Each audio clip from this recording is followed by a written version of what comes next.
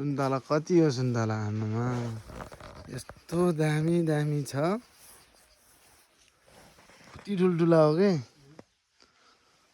बाबा हो सुन्तला गहुँ पनि छ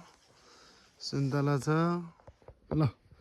सुन्तला खाने भए आउँ है यता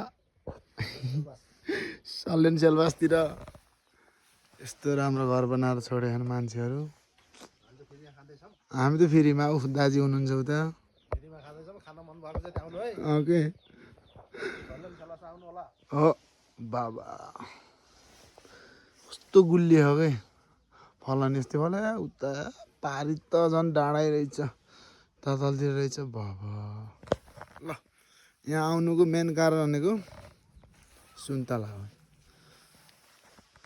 सुन्तलै सुन्तला ल त्यही हो